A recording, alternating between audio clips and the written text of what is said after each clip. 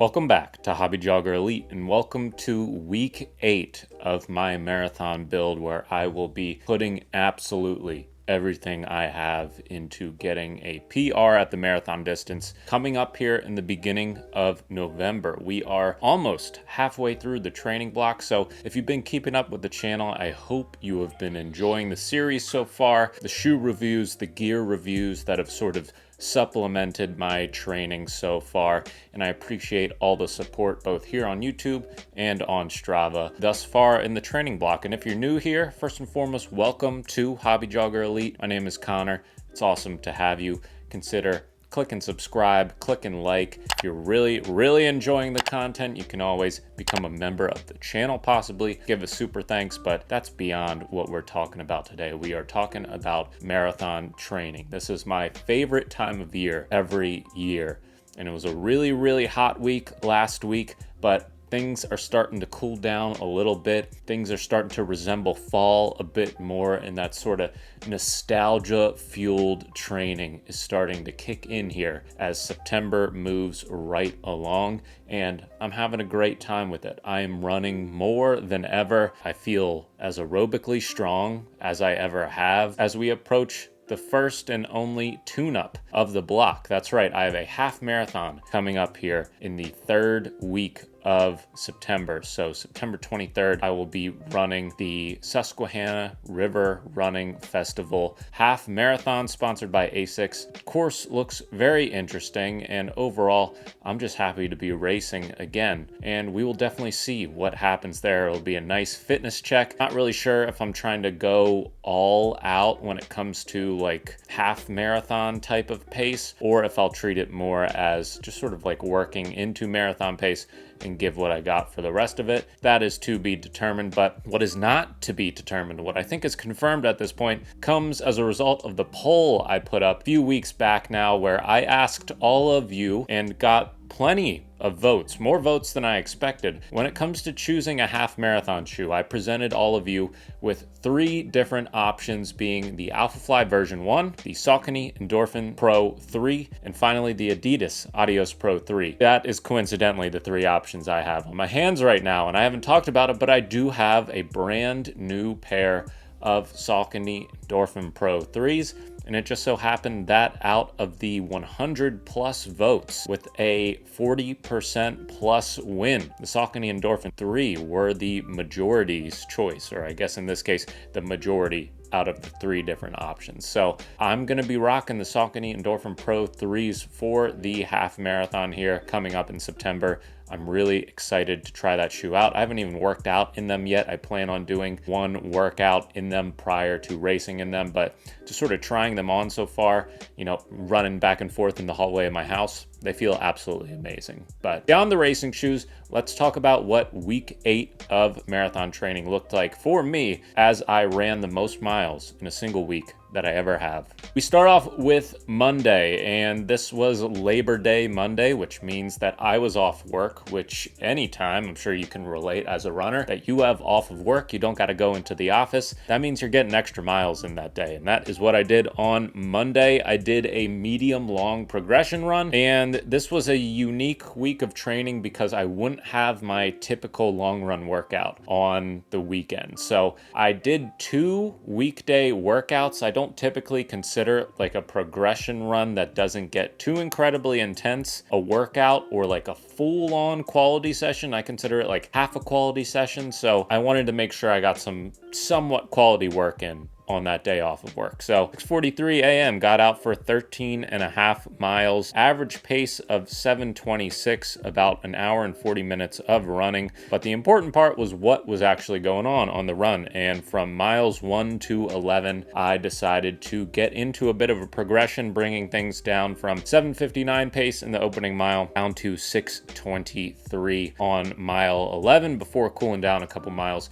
Just felt good to sort of work through the gears a little bit when it came to that. Did it on a relatively rolling hills type of loop. So got in almost 500 feet of elevation gain, was a very warm morning. That early, it was already in the mid 70s, about 80% humidity. So it wasn't the absolute best conditions to run fast in, but it felt nice easing into that progression. Tuesday then, at 5 in the morning, before heading into the office, I hit a 10-mile run. Took me about 80 minutes, average pace of 7:54. I had the headlamp on for the entirety of that run. Nothing like those early morning pitch black runs with the headlamp on. Nothing but you and the cicadas chirping, welcoming you to the day. It's an amazing feeling. It's always like incredibly humid on those runs because the sun hasn't risen. It's just like moist out. I really love those runs, despite how uncomfortable they can be, how weird it can feel to just like get out of bed and immediately start running. I definitely cherish that time. Then on Wednesday, hit another 10-miler, clipped that one at about 7:48 pace. Again, it was very, very warm, but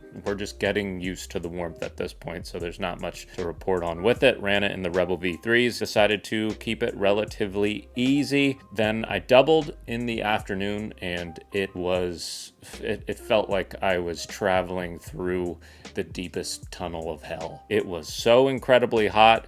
My weather app said that it was 96 degrees with a real feel of 102. Strava says it was 90 degrees with a real feel of 95.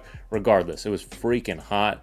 It was the most uncomfortable double I've done this whole training block, and felt like garbage that whole entire time. Thursday, did my second workout of the week, 15-mile workout, which you will see as the featured workout of the week for this week's marathon training episode. So stick around for the second half of the video to see that workout and some footage from it. Very rough. It was, again, super warm morning. I knew I was going to have to definitely bite the bullet, get out there and just like put in some work. Didn't anticipate how hard it would feel after the first couple reps, but it was 4 by 2 miles at a threshold-ish type of effort. I was trying to run at like very top end of my threshold, which I'm essentially just running by feel, by heart rate metrics usually.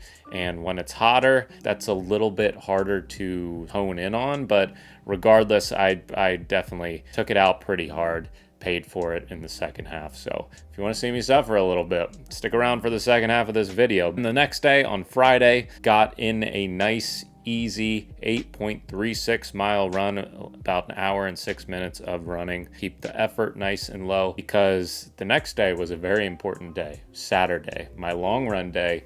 In place of that, I was pacing my brother to his half marathon PR. Now, I love running races with other people. It is a very rare occurrence for me. We're anywhere in the Northeast again this week, just not good racing conditions. It was very warm, very humid early on, but you know, I was absolutely set on getting him across that finish line faster than we did back in the spring of this very year when he ran his first half marathon with me. That was an absolutely awesome time. Easily the longest warm-up I've ever had before a half marathon. Usually I warm up like 1.5 miles, 2 miles. Warmed up 5 miles before the race was even close to starting. Did it in the dark with a headlamp right outside of where the course would start. Then we got into the half marathon, and boy, was it hot. It was the first time I ever raced shirtless. It would have been ludicrous not to. And this was in like Lancaster County Amish land in Pennsylvania. There were like Amish people, Mennonite people running in their full pants and like suspenders, t-shirts. They were sweating buckets, and I felt so incredibly bad. But this was part 2 of a race series from that original race back in spring when I ran the half marathon with my brother the first time, and as part 2, we got awarded this lovely little number, the Road Apple Award. And if you're familiar with Lancaster County, you know that road apples are not actual fruit. They are horse feces, because you got the horse and buggies, you got them pooping all over the road, and they take an actual piece of horse manure, we will put it politely, send it to a lab, dehydrate it, bake it, make sure all the germs and bacteria are out of it, and then they stick it to a plaque and they give you the Road Apple Award for doing both races in the series. So not only did I help my brother achieve his goal of getting the PR, which he ran in 1:35 and I think 20 something seconds, but we both got the Road Apple Award, which is now a lovely part of the Hobby Jogger Elite backdrop that I am so incredibly proud of. So it was a tough course. It says when we started it was 70 degrees, 100% humidity. It was much hotter by the end of that. He absolutely pushed himself. I was so incredibly proud of him as we crossed that finish line and shaved almost 3 minutes off of his previous PR, which, given the conditions, is absolutely something to be proud of. So solid 18 miles on the day for me, a PR to take home with him, and then closed out the week on Sunday this morning with a 10 miler. It was an absolute torrential downpour for pretty much this whole entire run, with the exception of like first or second mile for the New Balance More V4, and they went from like 11 ounces to probably a pound on each foot. But I felt weirdly way recovered from that very steady effort yesterday, those total of 18 miles. It was a big week of training. I feel good. I feel strong right now. I feel capable, and I feel excited to get into another week of training yet again. So that caps off week 8 of marathon training, which leaves us at 89 miles for the week, 11 hours and 25 minutes of running, and over 3,100 feet of elevation gain. It was a big week, a lot of bricks being stacked, feeling good, feeling fit. Without further ado, here is the featured workout of the week. Enjoy.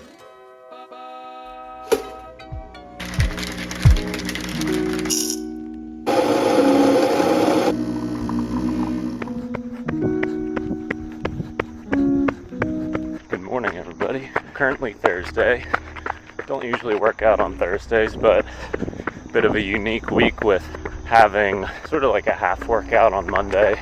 And then this Saturday, instead of my usual long run, I will be pacing my brother for his second ever half marathon race, hopefully to a PR for him. But the problem this week has yet again been this sort of lingering heat. We are on probably the last day or so of this insane heat wave.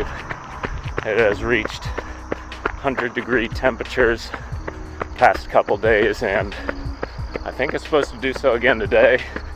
It is 6:30 a.m. and it's already 75 degrees Fahrenheit out here, so it's a warm morning for a workout, but hopefully we can get it done.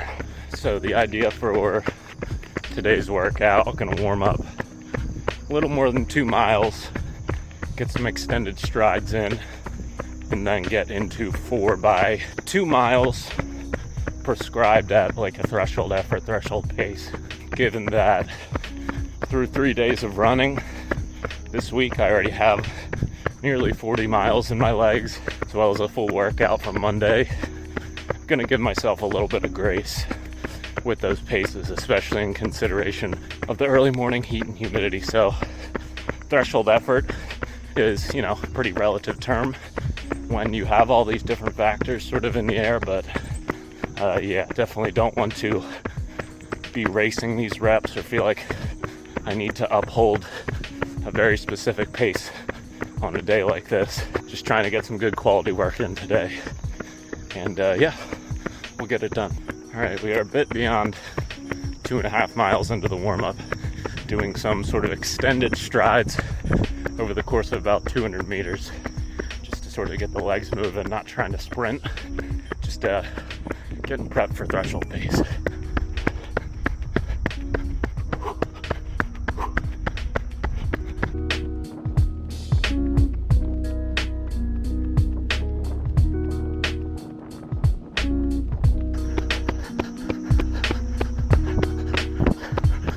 We're at about 2.8 miles. Warm-up will be somewhere around 3, a little above 3. Got a 2-minute rest jog between when the first repeats begin here. 2-mile repeat, number 1.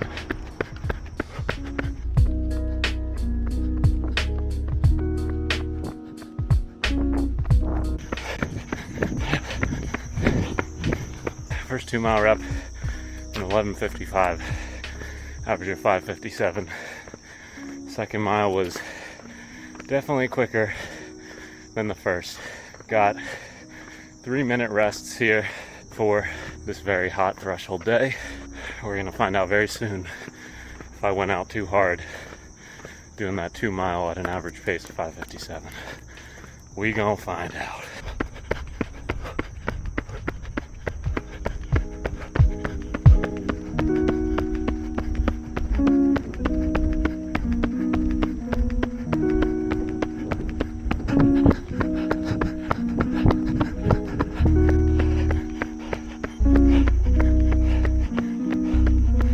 For that one, 5:58 average pace.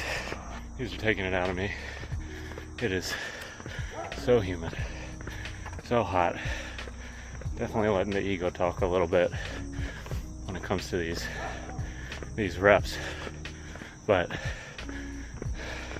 the same time, sometimes you just gotta prove to yourself that you can run fast.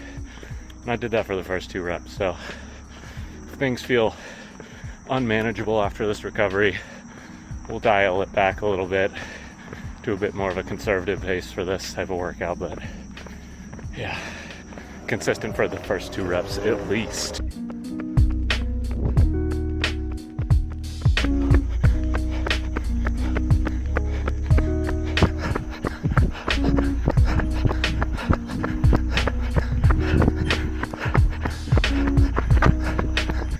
Really glad I reined in that effort there for rep number 3.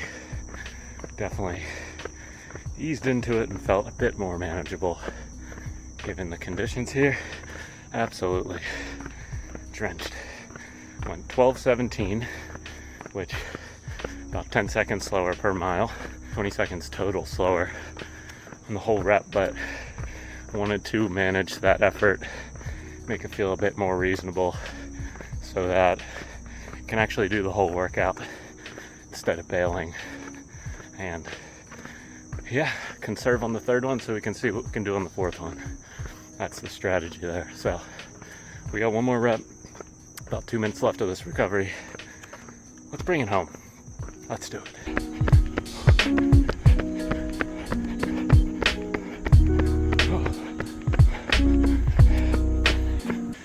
12:27. I'll let the heat get to me today, guys. Hopefully this serves some sort of heat training for me at a vast minimum, though. This was getting humbled by the heat, which I guess I needed today. I guess everybody needs every once in a while. Hopefully makes these efforts a bit easier once it starts to cool down. But just shy of 12 miles on the day. Gonna get a nice 3-mile cool down trot in just to flush out the legs a little bit. First rep, didn't feel any lactic acid flooding the system. Second rep, towards the second half of the second mile, definitely felt it. Third and fourth, didn't feel it too much, but still very hard. I think there are a lot of points in my running journey, which is still pretty short relative to a lot of people's. You know, I only started doing really structured training and like actual goal setting for races and training in like the middle of 2020. There are a lot of moments of self-doubt and sort of, you know, being upset with myself over a workout like that got progressively harder and slower, and I didn't meet some sort of expectation that, you know, I set for myself. But if I've learned anything through my very non-expert years in short time running, it's to have a short memory. You know, I've felt myself sort of spark chain reactions from workout to workout, session to session, when I start to doubt myself, when I don't necessarily meet whatever standard I set, despite so many different circumstances that were working against me. So, you know, I'm not upset with that. I'm happy I got the work in. I'm happy I didn't bail on the workout. Got the miles in. Got the job done. Good things ahead, hopefully. So, thanks for catching another episode. We will see you in the next one. Peace.